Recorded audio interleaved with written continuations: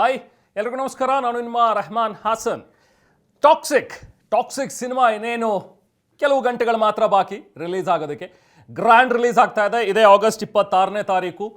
ಈಗಾಗಲೇ ಟಾಕ್ಸಿಕ್ ಚಿತ್ರತಂಡ ಹೇಳಿರೋ ಹಾಗೆ 12,000 ಸ್ಕ್ರೀನ್ಗಳಿಗಿಂತಲೂ ಹೆಚ್ಚು ಸ್ಕ್ರೀನ್ಗಳಲ್ಲಿ ರಿಲೀಸ್ ಆಗ್ತಾ ಇರುವಂತಹ cinema. All over the world cinema release ಆಗ್ತಾ ಇದೆ. ಸೊ ಹಾಗಾಗಿ ಒಂದು ಹ್ಯೂಜ್ ಫ್ಯಾನ್ ಬೇಸನ್ನು ಕ್ರಿಯೇಟ್ ಮಾಡಿರುವಂತಹ ಯಶ್ ಅವರ ಟಾಕ್ಸಿಕ್ ಫ್ರಾಂಚೈಸಿ ಏನಿದೆ ಅದು ಈಗಾಗಲೇ ಸದ್ದು ಮಾಡೋದಕ್ಕೆ ಈಗಾಗಲೇ ಆರಂಭಿಸಿದೆ. ಈಗಾಗಲೇ ನಿಮಗೆ ಗೊತ್ತಾಗಿದೆ, ಚೆನ್ನೈನಲ್ಲಿ ನಡೆದಿರುವಂಥ ಇವೆಂಟ್ ಆಗಿರಲಿ ಅಥವಾ ಬೆಂಗಳೂರಿನಲ್ಲಿ ಆದಂಥ ಇವೆಂಟ್ ಆಗಲಿ ಅಥವಾ ಹೈದರಾಬಾದಲ್ಲೇ ಆದಂಥ ಇವೆಂಟ್, ಇವೆಲ್ಲವೂ ಕೂಡ ಜನ ಎಷ್ಟು ಮಟ್ಟಿಗೆ ಕಿಕ್ಕಿರಿದು ತುಂಬಿದ್ರು. ಅಲ್ಲಿ ಯುವ ಸಮೂಹ ಟಾಕ್ಸಿಕ್ ಸಿನಿಮಾ ನೋಡೋದಕ್ಕೆ ಎಷ್ಟು ಮಟ್ಟಿಗೆ ಕಾತರರಾಗಿದ್ದಾರೆ ಅಂಥೇಳಿ. ಸೊ ಹಾಗಾಗಿನೇ ಕೆಲವೊಂದಷ್ಟು ಶೋಗಳನ್ನು ಈಗ ಎಕ್ಸ್ಟ್ರಾ ಮಾಡ್ತಾ ಇದ್ದಾರೆ. ಕೆಲವೊಂದಷ್ಟು ಸ್ಕ್ರೀನ್ಗಳಲ್ಲಿ ಎಕ್ಸ್ಟ್ರಾ ಶೋಗಳನ್ನು ಕೂಡ ಹಾಕೋದಕ್ಕೆ. ಯಾಕಂದರೆ ಆಲ್ರೆಡಿ ಬುಕಿಂಗ್ಸ್ ಸ್ಟಾರ್ಟ್ ಆಗಿರೋದ್ರಿಂದ 6 ಲಕ್ಷಕ್ಕೂ ಹೆಚ್ಚು ಟಿಕೆಟ್ಸ್ಗಳು ಈಗಾಗಲೇ ಸೋಲ್ಡ್ ಔಟ್ ಆಗಿವೆ. ಸೊ ಇದನ್ನೆಲ್ಲ ನೋಡ್ತಾ ಇದ್ರೆ ಪ್ರೀ ರಿಲೀಸ್ ಬಿಸ್ನೆಸ್ ಎಷ್ಟಾಗಿದೆ ಹಾಗಾದರೆ, ಅಂದರೆ ಪ್ರೀ ರಿಲೀಸ್ ಬರೀ ಅಡ್ವಾನ್ಸ್ ಬುಕ್ಕಿಂಗಲ್ಲಿ ಎಷ್ಟಾಗಿದೆ ಅನ್ನುವಂಥದ್ರ ಬಗ್ಗೆ ಇವತ್ತೊಂದು ಸ್ಮಾಲ್ ಒಂದು ಗ್ಲಿಮ್ಸನ್ನು ನಿಮ್ಮ ಮುಂದೆ ನಾನು ಇಡ್ತಾ ಇದ್ದೀನಿ. ಹ್ಯೂಜ್ ಸ್ಟಾರ್ ಕಾಸ್ಟ್ ಇರುವಂಥ ಒಂದು ಸಿನಿಮಾ. ಈಗಾಗಲೇ ನಿಮಗೆ ಗೊತ್ತಾಗಿದೆ, ಟ್ರೈಲರ್ನಲ್ಲಿ ಎಲ್ಲರನ್ನೂ ಕೂಡ ಇಂಟ್ರೊಡ್ಯೂಸ್ ಮಾಡಿದ್ದಾರೆ ಒಂದೊಂದೇ ಕ್ಯಾರೆಕ್ಟರ್ಗಳನ್ನು. ಅದರಲ್ಲಿ ರಾಯಾ ಮತ್ತು ರೂಮಿ ಆಗಿ ಕಾಣಿಸ್ಕೊಳ್ತಾ ಇರುವ, ಅಂದರೆ ಡಬಲ್ ರೋಲ್ನಲ್ಲಿ ಕಾಣಿಸ್ಕೊಳ್ತಾ ಇರುವಂಥ ಯಶ್ ಇದರಲ್ಲಿ ಡಬಲ್ ರೋಲ್ ಜೊತೆಗೆ 3 ಶೇಡ್ಗಳಲ್ಲಿ, ವಿಭಿನ್ನ ಶೇಡ್ಗಳಲ್ಲಿ ಕಾಣಿಸ್ಕೊಳ್ತಾ ಇದ್ದಾರೆ. ಯಶ್ ಮೊದಲನೇದಾಗಿ ಒಬ್ಬ ಗ್ಯಾಂಗ್ಸ್ಟರ್ ರೂಪದಲ್ಲಿ ಕಾಣಿಸ್ಕೊಳ್ಳುವಂತಹ ಒಂದು ಮಿಡ್ ಏಜ್ಡ್ ಪರ್ಸನ್. ಸೊ ಅದಾದ ನಂತರ ಆತನಿಗೆ ಏಜ್ ಆಗ್ತಾ ಹೋಗುತ್ತೆ. ನೆಕ್ಸ್ಟ್ ಆತನ ಮಗನ ಒಂದು ಎಂಟ್ರಿ. ಸೊ ಹಾಗಾಗಿ ಏಜ್ಡ್ ಲುಕ್ನಲ್ಲೂ ಕೂಡ ಯಶ್ ಇದರಲ್ಲಿ ಕಾಣಿಸ್ಕೊಂಡಿದ್ದಾರೆ. ಸೊ ಅಪ್ಪ ಮಗನ ಟಗ್ ಆಫ್ ವಾರ್ ಹೇಗಿರುತ್ತೆ, ಅಪ್ಪ ಮಗನ ನಡುವೆ ನಡೆಯುವಂಥ ಒಂದು ಯುದ್ಧನ ಇದು ಹಾಗಾದರೆ. ಸೊ ಇದೆಲ್ಲವೂ ಕೂಡ ಸಿನಿಮಾ ಓಪನ್ ಆದಾಗ, ಸಿನಿಮಾ ರಿಲೀಸ್ ಆದಾಗ ಎಲ್ರಿಗೂ ಕೂಡ ಗೊತ್ತಾಗುತ್ತೆ. ಈಗಾಗಲೇ ತಮ್ಮದೇ ಆದ ರೀತಿಯಲ್ಲಿ ಸ್ಟೋರಿಗಳನ್ನು ಹೇಳ್ಕೊಳ್ಳೋದಕ್ಕೆ ಸ್ಟಾರ್ಟ್ ಮಾಡಿದ್ದಾರೆ. ಟ್ರೈಲರ್ ನೋಡಿ ತಾವೇ ಒಂದು ರೀತಿ ಸ್ಟೋರಿಯ ಡಾಟ್ಗಳನ್ನು ಕನೆಕ್ಟ್ ಮಾಡ್ಕೊಂಡು ಬಹುಶಃ ಈ ಥರದ್ದು ಸ್ಟೋರಿ ಇರಬಹುದು ಅಂತೇಳಿ ಒಟ್ಟಿನಲ್ಲಿ ಅಂಡರ್ವರ್ಲ್ಡ್ ಸ್ಟೋರಿ ಅನ್ನುವಂಥದ್ದು ಗೊತ್ತಾಗಿರುವಂಥ ಒಂದು ವಿಚಾರ. ಸೊ ಅದೇ ಒಂದು ಬ್ಯಾಕ್ ಡ್ರಾಪ್ನಲ್ಲಿ ನಡೆಯುವಂಥ ಒಂದು ಸಿನಿಮಾ.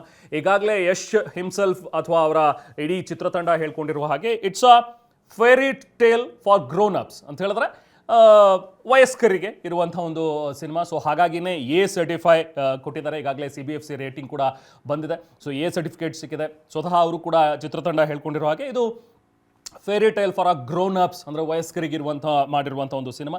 ಬಟ್ ಎಲ್ಲ ಏಜ್ ಗ್ರೂಪ್ನವರು ಕೂಡ ನೋಡಬೇಕು. ಇದರಲ್ಲಿ ಪ್ರತಿಯೊಬ್ಬರಿಗೂ ಕೂಡ ಒಂದು ಸಂದೇಶ ಖಂಡಿತವಾಗ್ಲೂ ಇದ್ದೇ ಇದೆ. ಪೇರೆಂಟ್ಸ್ ಕೂಡ ನೋಡಬೇಕು, ಯಾವ ದಿಕ್ಕಿನಲ್ಲಿ ನಮ್ಮ ಮಕ್ಕಳು ಹೋಗ್ತಾ ಇದ್ದಾರೆ ಅಥವಾ ಯಾವ ದಿಕ್ಕಿನಲ್ಲಿ ಹೋಗಬಾರ್ದು ಅನ್ನುವಂಥದ್ದನ್ನು ಮಾನಿಟರ್ ಮಾಡೋದಕ್ಕೂ ಕೂಡ ಸಹಕಾರಿಯಾಗುತ್ತೆ. ಸೊ ಎಲ್ಲರೂ ಕೂಡ ಸಿನಿಮಾ ನೋಡಿ ಅನ್ನುವಂಥದ್ರ ಬಗ್ಗೆ ಹೇಳಿದ್ದಾರೆ. ಅದರಲ್ಲಿ ಟ್ರೈಲರ್ನಲ್ಲಿ ಸ್ವಲ್ಪ ಹಸಿ ಬಿಸಿ ದೃಶ್ಯಗಳು ಕೂಡ ಜಾಸ್ತಿ ಇದ್ರೂ ಕೂಡ ಸ್ಟೋರಿ ಡಿಮ್ಯಾಂಡ್ ಇತ್ತು. ಸೊ ಹಾಗಾಗಿ ಸ್ಟೋರಿ ಹೇಳುವಂಥ ರೀತಿಯಲ್ಲಿ ಅದರಲ್ಲಿ ಇರುವಂಥ ಹೆಣ್ಮಕ್ಳ ಕ್ಯಾರೆಕ್ಟರ್ಗಳ ಬಗ್ಗೆನೂ ಕೂಡ ಕೆಲವೊಂದಷ್ಟು ಪ್ರಶ್ನೆಗಳು ಹೇಳ್ತಾ ಇವೆ.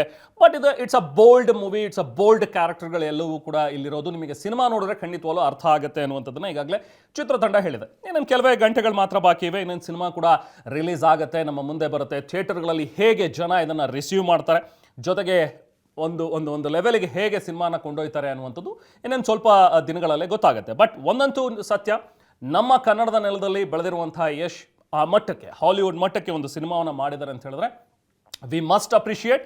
ಸಿನಿಮಾ ಒಂದು ಮಟ್ಟಕ್ಕೆ, ಒಂದು ಹಂತಕ್ಕೆ ಏರಲೇಬೇಕು. ಯಾಕಂದರೆ ಈ ಸಿನಿಮಾ ಗೆದ್ದಂಥ ಒಂದು ವಿಚಾರ ಗೆದ್ದರೆ ಖಂಡಿತವಾಗ್ಲೂ ಈ ಸಿನಿಮಾ ಖಂಡಿತ ಗೆಲ್ಲುತ್ತೆ ಅನ್ನುವಂಥ ಒಂದು ಲಕ್ಷಣಗಳು ಇದ್ದೇವೆ. ಸೊ ಗೆದ್ದಾಗ ಇಂಥ ಮತ್ತಷ್ಟು ಒಳ್ಳೊಳ್ಳೆ ಸಿನಿಮಾಗಳು, ಹ್ಯೂಜ್ ಸ್ಟಾರ್ ಕಾಸ್ಟ್ ಅಥವಾ ಹ್ಯೂಜ್ ಬಿಸ್ನೆಸ್ ತರುವಂಥ ಒಂದು ಸಿನಿಮಾಗಳು ಬಂದು ಕನ್ನಡ ಇಂಡಸ್ಟ್ರಿಯೂ ಸೇರಿದಂತೆ ಬೇರೆ ಬೇರೆ ಇಂಡಸ್ಟ್ರಿಗಳಲ್ಲೂ ಕೂಡ ಗ್ರೋ ಆಗೋದಕ್ಕೆ ಇದು ಸಹಕಾರಿಯಾಗುತ್ತೆ. ಈಗಾಗಲೇ ನಿಮಗೆ ಗೊತ್ತಿರೋ ಹಾಗೆ ಕಿಯಾರಾ ಅಡ್ವಾನಿ ಮತ್ತು ಯಶ್ ಅವರ ಒಂದು ಕಾಂಬಿನೇಷನ್ ಅಥವಾ ತಾರಾ ಸುತಾರಿಯಾ ಅವರ ಒಂದು ಕಾಂಬಿನೇಷನ್ ಆಗಲಿ, ಹುಮಾ ಕುರೇಶಿ ಅವರಿದ್ದಾರೆ, ನಯನ್ತಾರಾ ಇದ್ದಾರೆ.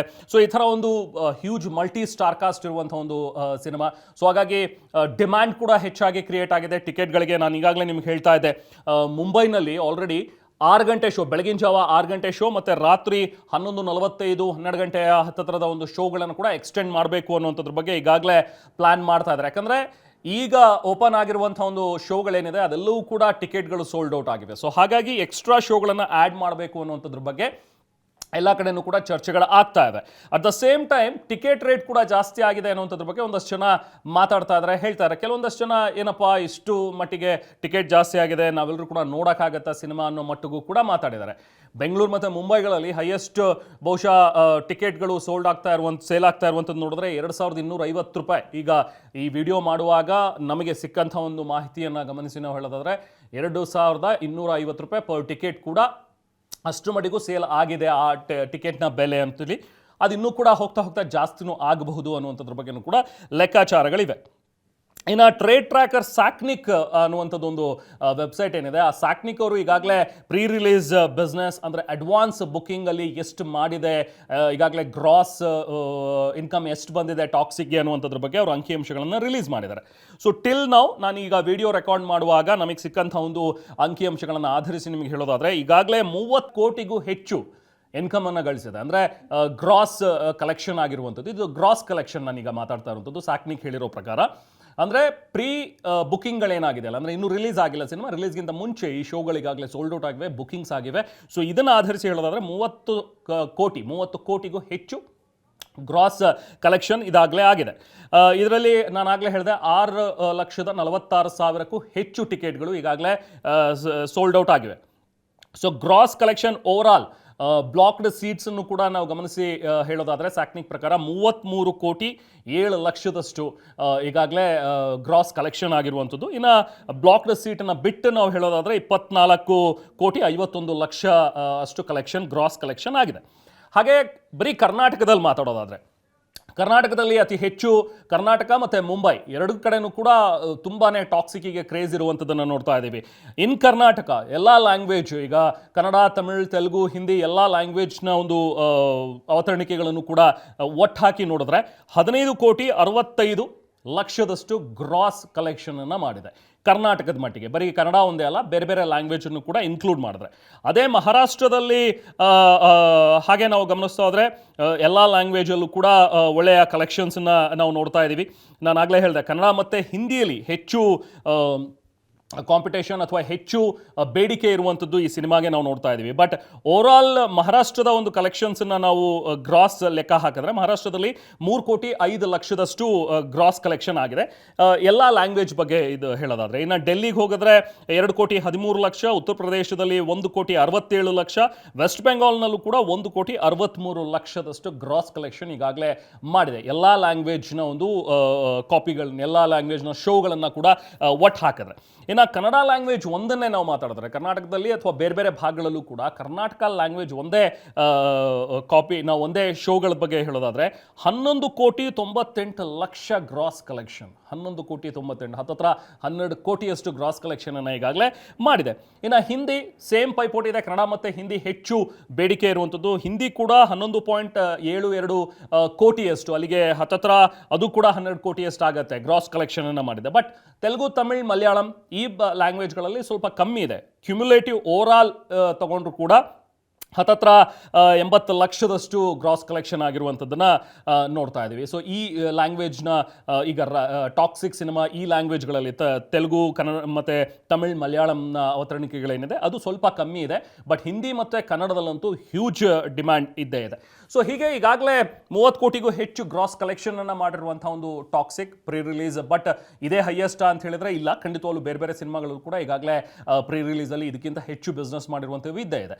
ಆದರೆ ಸಿನಿಮಾನೇ ನಾವು ಕಂಪೇರ್ ಮಾಡ್ತಾ ಹೋದರೆ ಇದುವರೆಗೂ ಕೂಡ ಟಿಲ್ ಡೇಟ್ ಅತಿ ಹೆಚ್ಚು pre release business, pre sales business ಮಾಡಿದಂಥದ್ದು ಅಂದರೆ ಅದು KGF 2.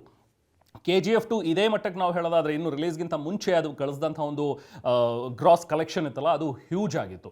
ಈಗ ಇಲ್ಲಿ ಟಾಕ್ಸಿಕ್ ಏನು 30 ಕೋಟಿ ಗ್ರಾಸ್ ಕಲೆಕ್ಷನನ್ನು ಮಾಡಿದೆ, 30 ಕೋಟಿಯಷ್ಟು. ಆದರೆ KGF 2 ಈ ಟೈಮಲ್ಲೇ 2022ರಲ್ಲಿ ರಿಲೀಸ್ ಆದಾಗ 80 ಕೋಟಿ, ಹತ್ತತ್ರ 80 ಕೋಟಿಯಷ್ಟು ಅದು ಗ್ರಾಸ್ ಕಲೆಕ್ಷನನ್ನು ಮಾಡಿತ್ತು. ಸೊ ಆ ಮಟ್ಟಿಗೆ ಟಾಕ್ಸಿಕ್ನ ಕ್ರೇಜ್ ತುಂಬ ಜಾಸ್ತಿ ಇದೆ. KGF 2ಗಿಂತನೂ ಹೆಚ್ಚು ಮಾಡಬಹುದು ಅನ್ನುವಂಥದ್ರ ಬಗ್ಗೆ ಲೆಕ್ಕಾಚಾರ ಆಯಿತು. ಬಟ್ ಗೊತ್ತಿಲ್ಲ, ಇನ್ನೂ ಒಂದು ದಿನ ಇದೆ, ಇನ್ನಷ್ಟು ಹೆಚ್ಚು ಕಲೆಕ್ಷನ್ಸ್ ಆಗಲೂಬಹುದು. ಬಟ್ KGF ಬೀಟ್ ಮಾಡುತ್ತಾ ಕಲೆಕ್ಷನ್ಸಲ್ಲಿ ಈ ಪ್ರೀ ರಿಲೀಸ್ ಕಲೆಕ್ಷನಲ್ಲಿ ಅಥವಾ ರಿಲೀಸ್ ಆದಮೇಲೆ ಮತ್ತಷ್ಟು ಹೆಚ್ಚು ಆಗಬಹುದಾ ಟಾಕ್ಸಿಕ್ ಕಲೆಕ್ಷನ್, ಇದೆಲ್ಲವೂ ಕೂಡ ಮುಂದಿನ ಹಂತದಲ್ಲಿ ಗೊತ್ತಾಗುತ್ತೆ. ಸೊ ನಿಮಗೇನು ಅನಿಸುತ್ತೆ ಈ ಟಾಕ್ಸಿಕ್ ಸಿನಿಮಾ? ನೀವು ಹೋಗಿ ಸಿನಿಮಾ ನೋಡ್ತೀರಾ? ಯಾಕಾಗಿ ನಿಮಗೆ ಈ ಸಿನಿಮಾ ಇಷ್ಟ ಆಗ್ತದೆ, ಯಾಕೋಸ್ಕರ ಈ ಸಿನಿಮಾ ನೋಡಬೇಕು ಅಂತ ಅನಿಸುತ್ತೆ? ನೀವು ಕೂಡ ಕಮೆಂಟ್ ಮಾಡಿ ತಿಳಿಸ್ಬೋದು. Thank you so much.